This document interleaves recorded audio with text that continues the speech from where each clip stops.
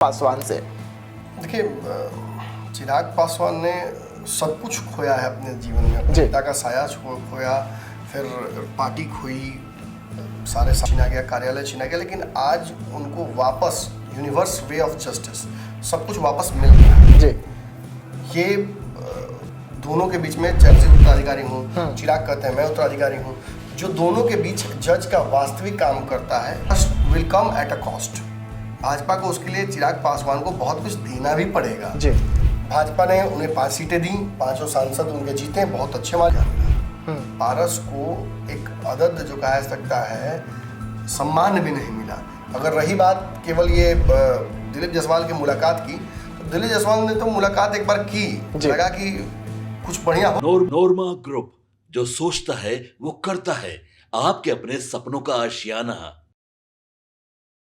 नमस्कार, मैं विकास सिंह और आप देख रहे हैं भारत लाइव। भारत लाइव का विशेष कार्यक्रम जांच पड़ताल लेकर हम आए हैं, जहां पर चिराग पासवान से खगड़िया छीन लेंगे पशुपति पारस, और चिराग पासवान और पशुपति पारस के जो लड़ाई है उसकी फिर एक बार जोरदार शुरुआत हो रही है। और अब चिराग पासवान को सीधा टक्कर देंगे मुस्कान। तो हम इस मुद्दे पर और अहम जानकारी देंगे। हमारे साथ जानकारी देने के लिए हमारे चैनल के संपादक डॉक्टर नमन मिश्रा सर जुड़े हुए हैं। सर, अब अंतिम लड़ाई की भी बात हो रही है, तो वहीं पर अब मुस्कान की एंट्री हो रही है।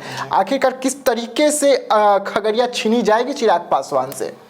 देखिए, चिराग पासवान ने सब कुछ खोया है अपने जीवन में। अपने पिता का साया खोया, फिर पार्टी खोई, सारे सांसद, पार्टी का नाम तक छीना गया, कार्यालय छीना गया, लेकिन आज उनको वापस यूनिवर्स वे ऑफ जस्टिस सब कुछ वापस मिल रहा है जी।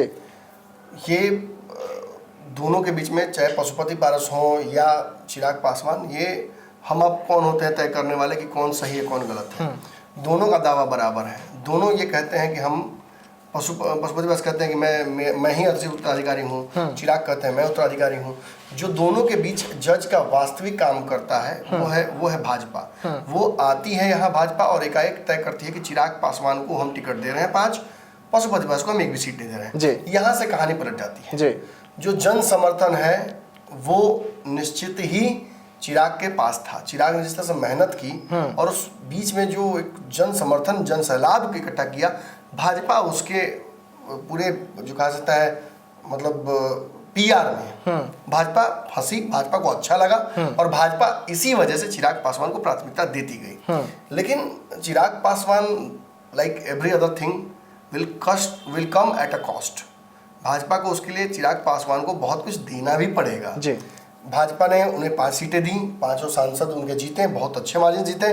फिर चिराग पासवान केंद्र में मंत्री बनाया, पार्टी कार्यालय वापस मिल गया, पार्टी का सिंबल भी आगे चल के वापस मिले तो कोई बहुत बड़ी बात नहीं है। लेकिन पारस को क्या मिला? पारस को एक अदद जो कहा जा सकता है सम्मान भी नहीं मिला। अगर रही बात केवल ये दिलीप जायसवाल की मुलाकात की, तो दिलीप जायसवाल ने तो मुलाकात एक बार की, लगा कि कुछ बढ़िया होगा भी। खबर ये लगभग कंफर्म सी आई एक बार उड़ के कि उनको गवर्नर बना दिया जाएगा आने वाले 10 दिनों में, लेकिन नहीं हुआ। खबर ये भी है कि बिहार सरकार में मंत्री बनाया जाएगा प्रिंस को, वो भी नहीं हुआ। तो ये सारी चीजें कहीं ना कहीं पारस के लिए निगेटिव होती गई। और आज स्थिति यह है कि कई अल्टीमेटम्स देने के बाद अब अंततः पारस ने यह तय कर लिया है कि वो एनडीए का हिस्सा नहीं रह सकते हैं। लेकिन सबसे बड़ी दिक्कत है कि महागठबंधन से भी तो उनको बुलावा नहीं मिल रहा है। कहीं कोई हाथ पकड़ने वाला हो तब तो चिराग पासवान ने एक बार थोड़ा सा भाजपा से ट्यूनिंग टाइट की और थोड़ा एक उपचुनाव लड़ने चले गए, तो तेजस्वी यादव उनको बुलाने लगे थे कि आ जाइए, लालू बुलाने लगे थे। लेकिन यहाँ तो कोई बुला ही नहीं रहा पशुपति पारस को। समस्या ये हो गई है।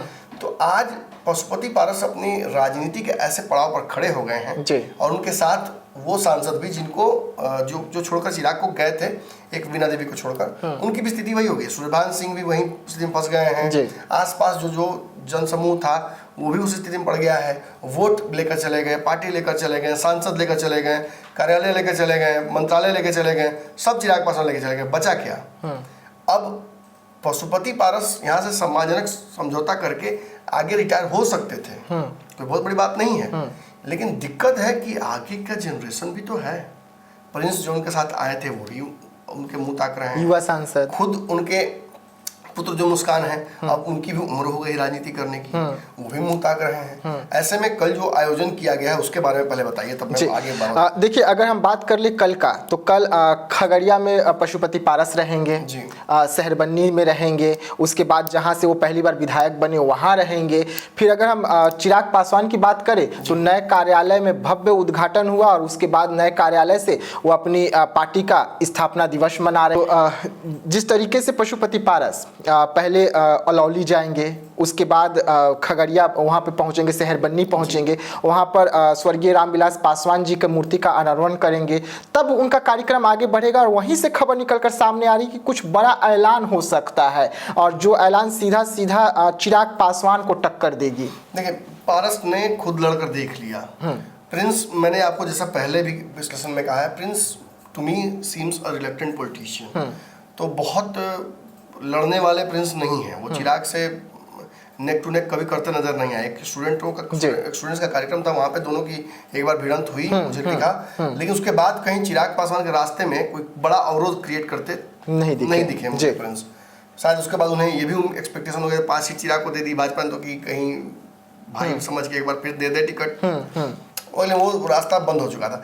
तो अब नेक्स्ट लड़ाई की तैयारी शुरू करनी पड़ेगी। देखिए, पशुपति पारस का राजनीति में आगे अगर कोई वजूद रहेगा, कोई उनके पास नया राजनीतिक लाइन लेंथ रहेगा, तो वो केवल चिराग पासवान के विरोध का होगा। अगर वो विरोध करेंगे तो उनकी बात सुनेंगे मीडिया के लोग, विरोध करेंगे तो उनकी बात सुनेंगे लोग। अदरवाइज उनके पास भाजपा का विरोध करने की ताकत नहीं है। महागठबंधन में जब तक जाएंगे तब तक नीतीश का विरोध करने की ताकत नहीं है। और सच पूछिए तो आगे की कोई राजनीतिक लाइन लेंथ भी स्पष्ट नहीं है। अब चूंकि चिराग पासवान को उनका कार्यालय मिल गया है तो निश्चित ही यहाँ कार्यक्रम करेंगे, आज उन्होंने प्रवेश भी किया है। लेकिन इस बीच शहरबन्नी छूट रहा था, चिराग पासवान वहां तो नहीं जा पाएंगे। तो कहीं ना कहीं इसी मौके का फायदा उठाकर पशुपति पारस अब वहां स्कैवेंजिंग पॉलिटिक्स करने जा रहे हैं। जो स्कैवेंजिंग पॉलिटिक्स समझ रहे हैं ना, जो छाड़ में बच जाता है, उस पर राजनीति कर रहे हैं। तो अब वहां अगर कल चिराग पासवान ये तय कर लेते कि एक हिस्सा हमारी पार्टी का वहां मौजूद रहेगा, तो कल तो जबरदस्त कॉन्फ्लिक्ट रहता है वहां पे जमीन पे। लेकिन Chirag also avoided this conflict directly, और उन्होंने कहा कि ठीक है आप वहां करिए, हम यहाँ करते हैं। अब तो मुख्य लोजपा तो यहाँ हो गई ना, वो तो रामविलास जी की वजह से हमेशा अमर रहेगा वो जगह। लेकिन अंदर अंदर खबर ये आ रही है कि पशुपति पारस अगली लड़ाई की तैयारी शुरू कर चुके हैं। वो अपने पुत्र मुस्कान की राजनीतिक लॉन्चिंग करने जा रहे हैं, पॉलिटिकल लॉन्चिंग, और इसके लिए अलौली को उन्होंने जगह चुना है। और अलौली में ही विधानसभा चुनाव उनको लड़ाने की तैयारी चल रही है।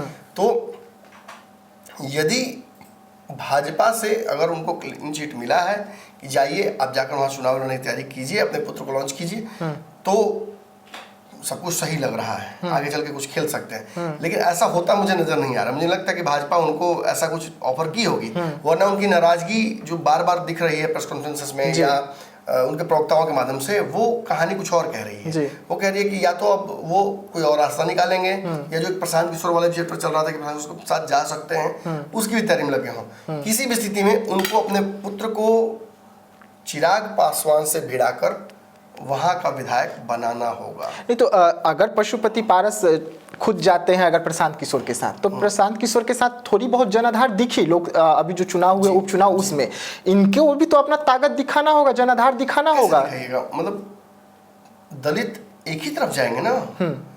जैसे देखिए, मैं एक बात बता दूं, चिराग पासवान चूंकि उनका दिन दुनिया ठीक चल रहा है तो अच्छी चीजें मुझे बोलनी पड़ेंगी, मैं मजबूर हूँ। जी। चिराग पासवान लालू यादव के बाद एकमात्र ऐसे नेता मुझे नजर आ रहे हैं, ब्रीफली उपेंद्र कुशवाहा के साथ भी यही बात है जी, लेकिन in a smaller pocket.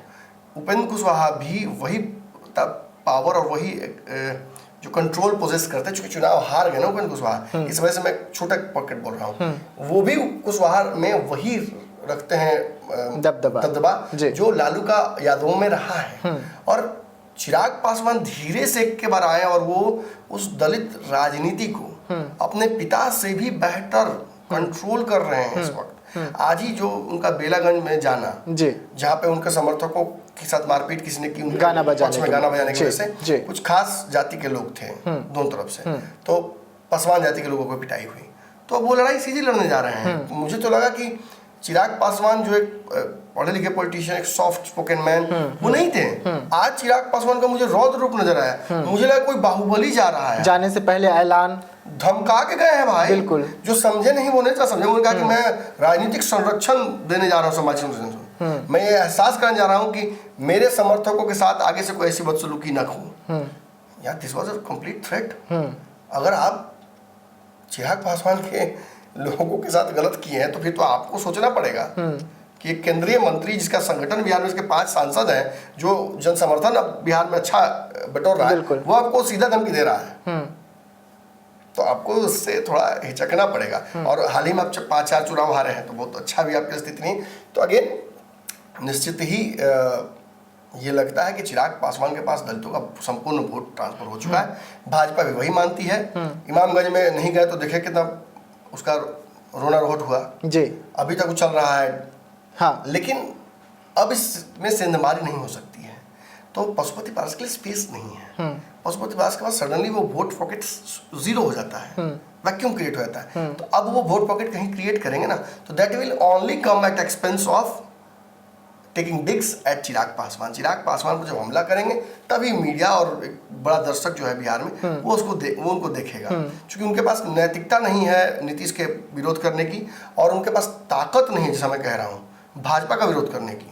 Bhajpa भी तो गलत की उनके साथ, कहीं भाजपा विरोध कर रहे हैं खुल के, नहीं कर सकते हैं। जब तक वो महागठबंधन में जाएंगे तब तक पीछे से उनको बैकिंग नहीं मिलेगा, वो खत्म नहीं होना चाहते। इसलिए मुझे लगता है कि उन्होंने ये this was a disaster plan for them कि अब किसी तरीके से मुस्कान को पॉलिटिकली लॉन्च करो, नहीं तो ये समाप्त हो जाएगा। देखिए बाहुबली फिल्म आपने देखा होगा, उसमें देखा होगा आपने कि जब शिवगामी देवी जब नदी में डूबने लगती हैं जी, तो वो शिवगामी ही थी ना। हाँ हाँ, अपने बच्चे तो को वो बच्चे को ऊपर निकाल लेती है पानी से जी। तो मुझे लगता है कि अब वो शिवगामी देवी पशुपति पारस हो गए हैं और मुस्कान को वो जमीन पानी से बाहर निकाल। बट अगेन ये कैसे अनफोल्ड करेगा, क्या मुस्कान पॉलिटिकल कोई ताकत दिखा पाएंगे? देखिए जब प्रिंस ने दिखा पाए तो मुस्कान से बहुत एक्सपेक्टेशंस फिलहाल कुछ नहीं। मेरा भी सवाल वही था कि अगर पशुपति पारस मुस्कान अपने बेटे को अगर पानी से बाहर निकाल रहे हैं तो कहीं ना कहीं प्रिंस राज तो डूब रहे हैं ना, जो समस्तीपुर के सांसद हुआ करते थे। एक मीम भी बड़ा फेमस है इसी पर एक डूब रहा है, एक बचा रहा है और एक पहले से नीचे स्केलेटन बना हुआ है। तो प्रिंस तो स्केलेटन बन गए हैं, उनकी पॉलिटिकल डेथ हो चुकी है एक तरीके से। तो मुझे लगता है कि देखिए जब सीधी बात है, जब नाव डूबने लगेगा ना तो या तो आप अपनी जान बचाइएगा या आपके लिए सबसे जो कीमती व्यक्ति है उसकी जान बचाने की कोशिश कीजिएगा। बाकी लोगों का चिंता नहीं कोई करता है। बड़ा से बड़ा महात्मा गांधी भी पहले अपना देखते हैं उसके बाद किसी और को देखते। सच्चाई है। तो पशुपति पारस ने लगभग इस तरीके से स्पष्ट कर दिया है कि भाई मैं अपने बेटे के लिए देख रहा हूँ, आप लोग अपना देख लीजिए। चाहे एक युवा सांसद, पूर्व सांसद अब कहा जाए, चाहे बलि क्यों न चढ़ जाए। सुरभान सिंह की भी राजनीति हाशिए पर ला दिया है उन्होंने। मतलब करते करते आज देखिए चिराग पासवान के लिए सबसे बड़ा दुश्मन कौन हो गए? पशुपति सुरभान सिंह हो गए। सुरभान सिंह जी, सुरभान सिंह बेचारे बिना मतलब का कत्ल हो गए वो। खैर सुरभान सिंह राजनीति समाप्त नहीं हो जाएगी आज, लेकिन पशुपति पारस के वजह से, उनके लिए लॉयल होने की वजह से चिराग पासवान के लिए एक डिस्ट्रस्ट चिराग पासवान मन में उनके प्रति हो गया है। सूरजभान सिंह के लिए क्या रास्ते खुले होंगे? अगर वो पशुपति पारस का साथ छोड़े तो महागठबंधन में जा सकते हैं, ऐसा कुछ रास्ते खुले होंगे? क्योंकि उनकी एक वोट बैंकिंग है सूरजभान सिंह की, राजपूतों का वोट बैंकिंग है, इन लोगों का है। वो खत्म नहीं हुए, लेकिन प्रिंस के लिए तो डेड एंड हो गया ना। और देखिए सूरजभान सिंह अपने रास्ते को खोज लेंगे, उनको जब खोजना होगा राजनीति में तो खोज लेंगे। लेकिन मैं चिराग पासवान के साथ सूरजभान सिंह वातावरण नहीं देखूंगा।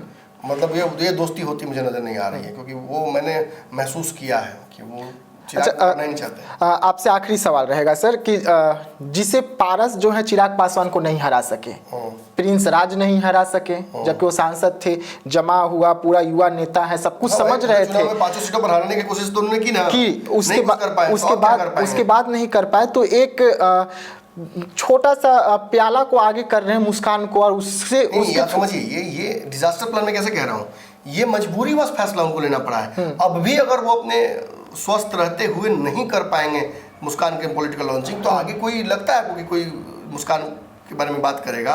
बात तो नहीं कर, लेकिन टक्कर दे पाएंगे मुस्कान, चिराग पासवान को फेल कर पाएंगे, छीन पाएंगे वो जगह। टक्कर की नहीं है बात, है कि मीडिया की सुर्खियां बनेगी ना। आज आप सुर्खियां बनेगी इस वजह से जी, बस ये हेडलाइन मेकिंग हो रहा है इससे कुछ होना नहीं है। तेजस्वी यादव भी करते 4 सीट जीत रहे हैं, जनस्वराज भी करते 4 सीट जीत रहे हैं। ये हेडलाइन मेकिंग के लिए किया जा रहा था, सबको पता था कि क्या होने वाला है। जी देखिए, तो जांच पड़ताल में जिस तरीके से पशुपति पारस एक अहम फैसला आज ले रहे हैं और मुस्कान की लॉन्चिंग हो रही है, ये लॉन्चिंग और कहीं नहीं बल्कि खगड़िया से हो रही है, जहां से चिराग पासवान के सांसद आते हैं। वैसे में थोड़े ही देर में यहां से पशुपति पारस जो है वो गरजेंगे और सीधा पटना में उनकी आवाज जो है वो पहुंचेगी कि नहीं पहुंचेगी चिराग पासवान तक, ये भी अहम हो जाता है, क्योंकि चिराग पासवान इस वक्त सब कुछ चाचा से छीनकर सबसे ऊपर बैठे हुए हैं और उनका कार्यक्रम जो है पटना कार्यालय में चल रहा है, तो चाचा का कार्यक्रम जो है वो खगड़िया में चल रहा है। तो देखना होगा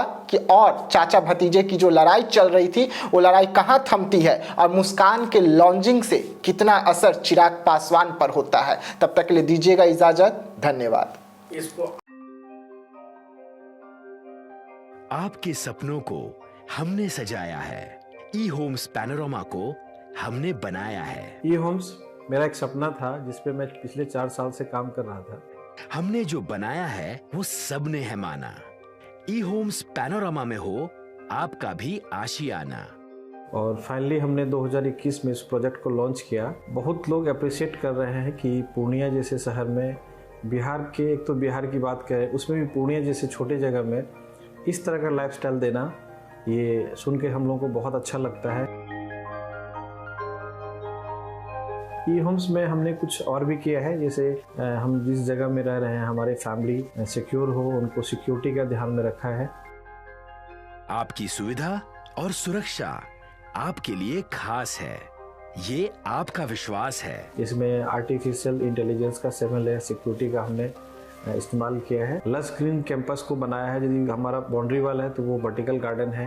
ये जितनी भी फैसिलिटी होता है एक इंटरनेशनल टाउनशिप में ई होम्स है, ये हम लोग विश्वास नहीं कर पा रहे हैं। जो भी हमारे मित्र दोस्त या जो भी हमारे बाहर के बाहर आते हैं तो हम लोगों को बहुत अच्छा सुनने को मिलता है और बहुत अच्छा क्रेडिट मिल रहा है। वो सारा हमने सिर्फ एक बिल्डिंग नहीं बनाया, हमें एक बहुत अच्छा लाइफस्टाइल दिया ई होम्स में, और मेरा एक सपना था जिसको मैं आज फुलफिल होते हुए देख पा रहा हूँ। ये आपका आवास है। ई होम्स पैनोरामा में अब आपका निवास है। E Homes Panorama, luxurious lifestyle redefined. Panorama group, जो सोचता है वो करता है। अगर ये वीडियो पसंद आई और वह बिहार के राजनीति और बिहारियत से सरोकार रखेनी तो सब्सक्राइब बटन दबा के चैनल के सब्सक्राइब कर ली। ओजे एगो घंटी बा, ओकरा बटन दबा देला से कुल सटीक और मारक खबर रुआ मुफ्त में मिल जाई। अगर रुआ पत्रकारिता के हमनी के नया प्रयोग में सहयोग कर चाहतानी तो ज्वाइन बटन दबा दी। पेटीएम नंबर नोट कर ली 9386 816 700।